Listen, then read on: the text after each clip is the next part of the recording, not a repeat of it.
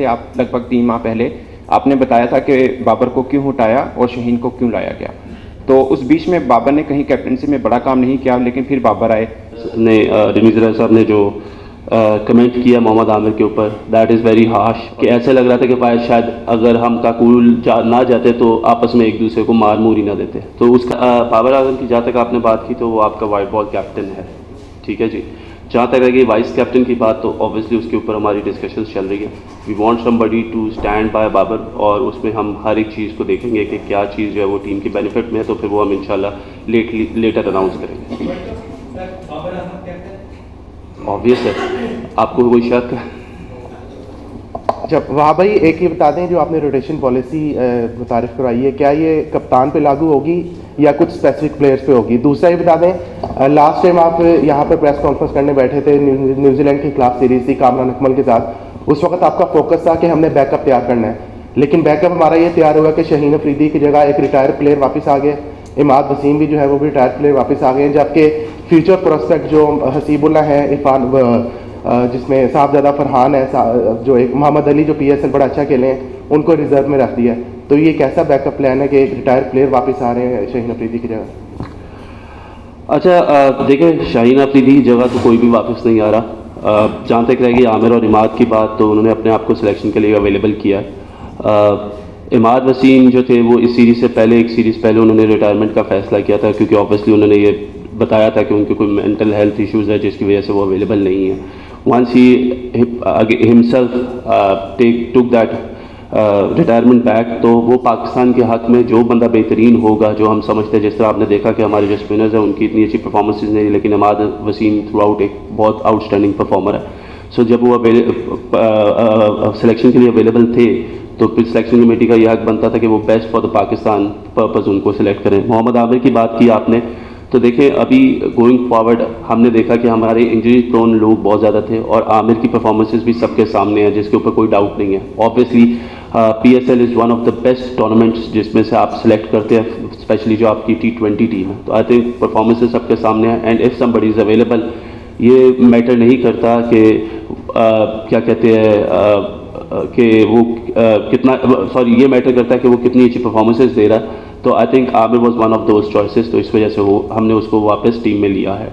Keeping in mind कि obviously Haris Rauf is also unfit till, मैंने आपको बताया कि may be he will be available for the England series. जहाँ तक रह गई रोटेशन पॉलिसी की बात, देखिए वर्कलोड मैनेजमेंट करना हमारे लिए बहुत ज़रूरी है। एक वर्ल्ड कप से पहले हमारा नसीम शाह का इशू हुआ, उसके बाद शाहीन को भी हम देखते रहे कि उसको रिसेंटली उसको इंजरी से वो आया और वो बहुत ज़्यादा क्रिकेट खेल रहा है। So you know we have to keep our bowlers fresh for the World Cup, because we want the best out of it. और ये वो बॉलर्स हैं, शाहीन शाह अफरीदी, जो दुनिया के क्रिकेट में इस वक्त वन ऑफ द बेस्ट है। जब भी पाकिस्तान का नाम आता है तो शाहीन शाह अफरीदी का नाम सर फहरिस्त होता है।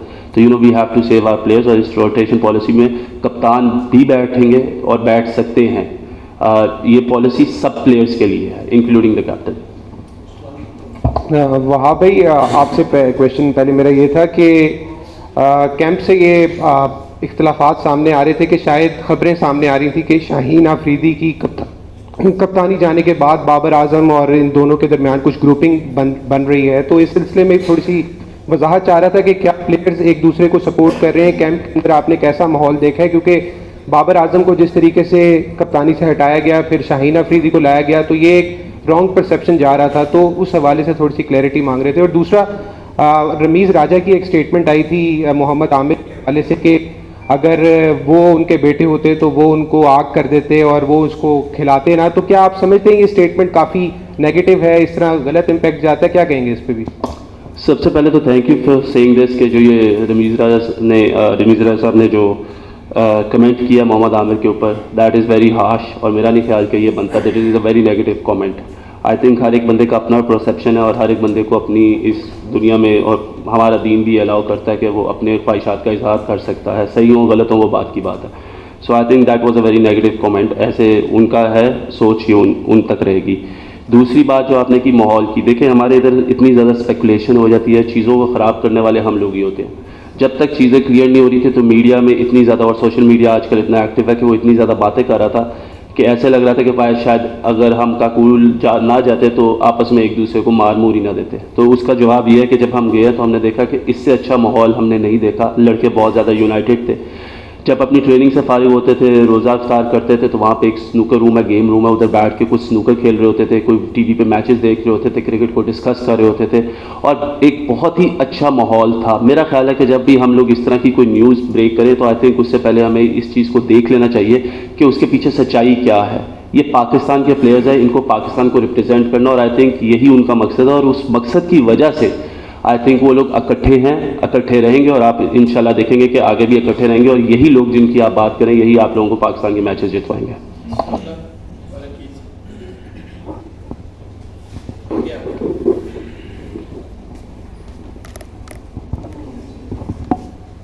अस्सलाम वालेकुम।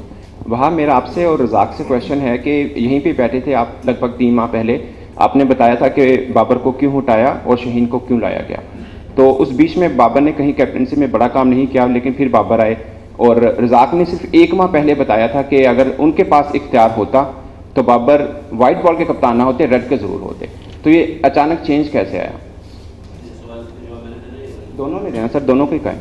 अच्छा जी, बाबर की पहले शाहीन की बात कर लेते हैं। हम लोगों ने ऑब्वियसली जब शाहीन कैप्टन नहीं रहे तो एक प्रेस रिलीज आई थी जिसमें हमने वर्कलोड मैनेजमेंट की बात की थी और वो अभी हमने डिस्कस भी किया है इधर बैठ के कि he is one of our main strike bowlers and we want him really fresh. हमें ये लगा कि कहीं ना कहीं we want him free of mind to execute his skills and stuff and तो इस वजह से हमने शाहीन की वर्कलोड मैनेजमेंट को देखते हुए वी टुक दैट डिसीजन। जहाँ तक रह गई बाबर की बात, तो देखिए बाबर के बारे में जब हमने यहाँ पे कप्तान वर्ल्ड कप के लिए कप्तान हमने अनाउंस करना था तो हम चाहते थे कि one of the most experience players हो और जिसने कप्तानी की हो, तो वो बाबर से अच्छी और कोई चॉइस थी नहीं।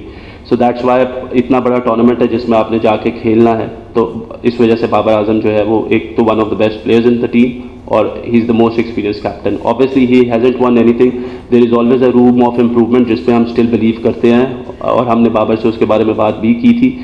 तो आई बिलीव कि इंशाल्लाह चीज़ों में बेहतरी आएगी, उसको लेके चलेंगे सारे और I think he himself is very optimistic कि ये वाला वर्ल्ड कप उसको जीत रहा है और पाकिस्तान को कोई ना कोई खुशी देनी है। Thank you.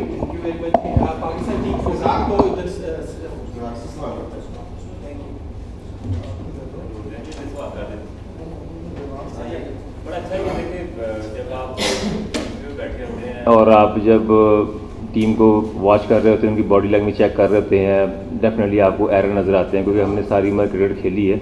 और जब मुझे ये अपॉर्चुनिटी मिली जॉब की और हमने एक इंसाफ करना था, डिसीजन ऐसा डिसीजन लेना था जिससे एक जस्टिस हो सबके लिए, तो हमने जो डिसीजन लिया उसमें बाबर सरफरेज थे। उस वक्त टीवी पे बैठे हुए थे और एक सोच होती है जब आपको एक रिस्पॉन्सिबिलिटी मिलती है तो आपने एक इंसाफ करना होता है। तो मैं समझता हूँ जब हम आए यहाँ पे तो बेस्ट चॉइस जो हमें नज़र आई बाबर आजम की नज़र आई थी।